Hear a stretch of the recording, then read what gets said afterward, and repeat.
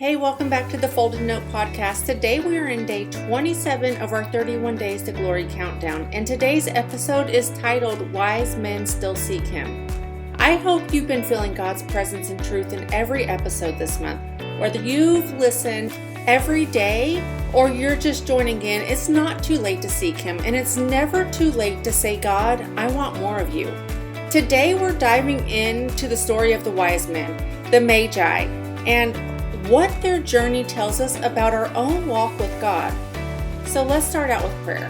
Father, help us to be seekers. Help us to value your presence more than comfort or convenience, and open our eyes to the journey you are calling to us, and give us the faith to follow. In Jesus' name, amen. I want us to go ahead and jump into Matthew 2, verses 1 and 2. It reads, Jesus was born in Bethlehem in Judea, during the reign of King Herod. About that time, some wise men from eastern lands arrived in Jerusalem, asking, Where is the newborn King of the Jews? We saw his star as it rose, and we have come to worship him. These were not just ordinary men. They were scholars, astrologers, men of influence, and yet they were humble enough to search, to travel far, and to ask questions. They weren't even Jewish. They knew something had happened though, and they saw a sign and they responded to it. That alone should make us stop and think. How many believers today miss what even outsiders recognize? They saw the star. Others may have seen it too, but they responded, they moved, and they searched. The journey wasn't easy. It definitely wasn't quick. Historians say that it could have taken months or over a year for the wise men to reach Jesus. And when they did, Jesus wasn't in the manger anymore. He was likely a toddler living in a house. So that beautiful nativity scene, we all know, with the shepherds and the wise men together, it's actually not biblically accurate. But the wise men's journey took persistence. They traveled across dangerous terrain. They faced political tension with the king, and yet they kept going. They kept seeking Jesus. And that should show us that seeking Jesus may not be convenient, but it will always be worth it. And I want us to keep reading Matthew 2, verses 3 and 4. King Herod was deeply disturbed when he heard this, as was everyone in Jerusalem. He called a meeting of the leading priests and teachers of religious law and asked, Where is the Messiah supposed to be born? So King Herod was immediately intimidated by Jesus. He was threatened by a baby. And why is that? Because King Herod represented man-made power, and Jesus represented God-given authority. When true glory shows up, false power always feels threatened. There is a reason that people today still mock, they still resist, they run from Jesus, because when you encounter the real king, it demands a response. Bow or rebel. There is no neutral ground. And I want us to talk about the gifts that the wise men brought. Matthew 2:11 says, They entered the house and saw the child with his mother Mary, and they bowed down and worshipped him. Then they opened their treasure chest and gave him gifts of gold, frankincense, and myrrh. They didn't bring him leftovers. They brought treasure. They brought what was costly.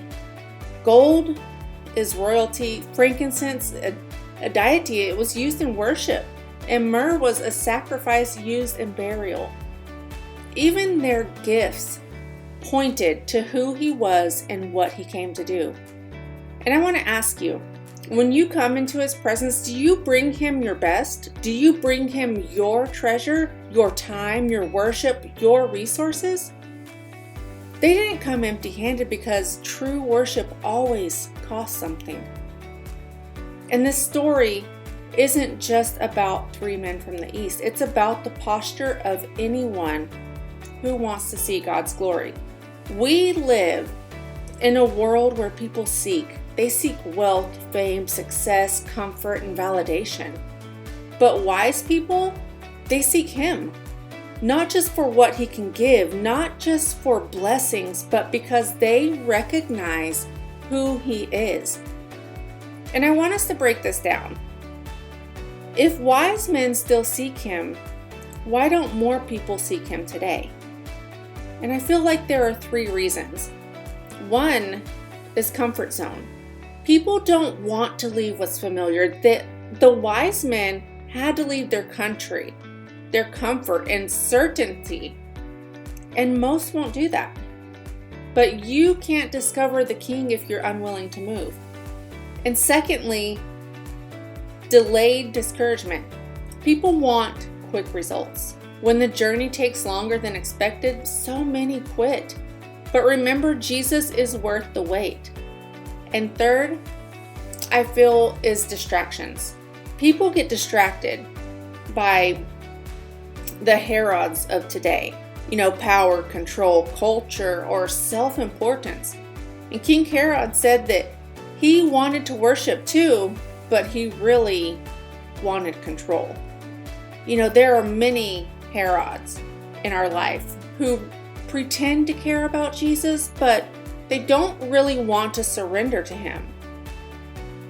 And I want to ask you today, what star is God putting in your sky? What nudge is he giving you to follow? What comfort zone is he asking you to leave? The glory isn't in your safety, it's in your seeking. And the destination isn't just a house or a manger, it's Jesus. And I want us to flip the phrase. We say wise men still seek him. So the question becomes, if I'm not seeking him, am I truly wise?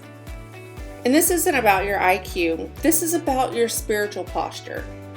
And Proverbs 9 verse 10 says, "Fear of the Lord is the foundation of wisdom."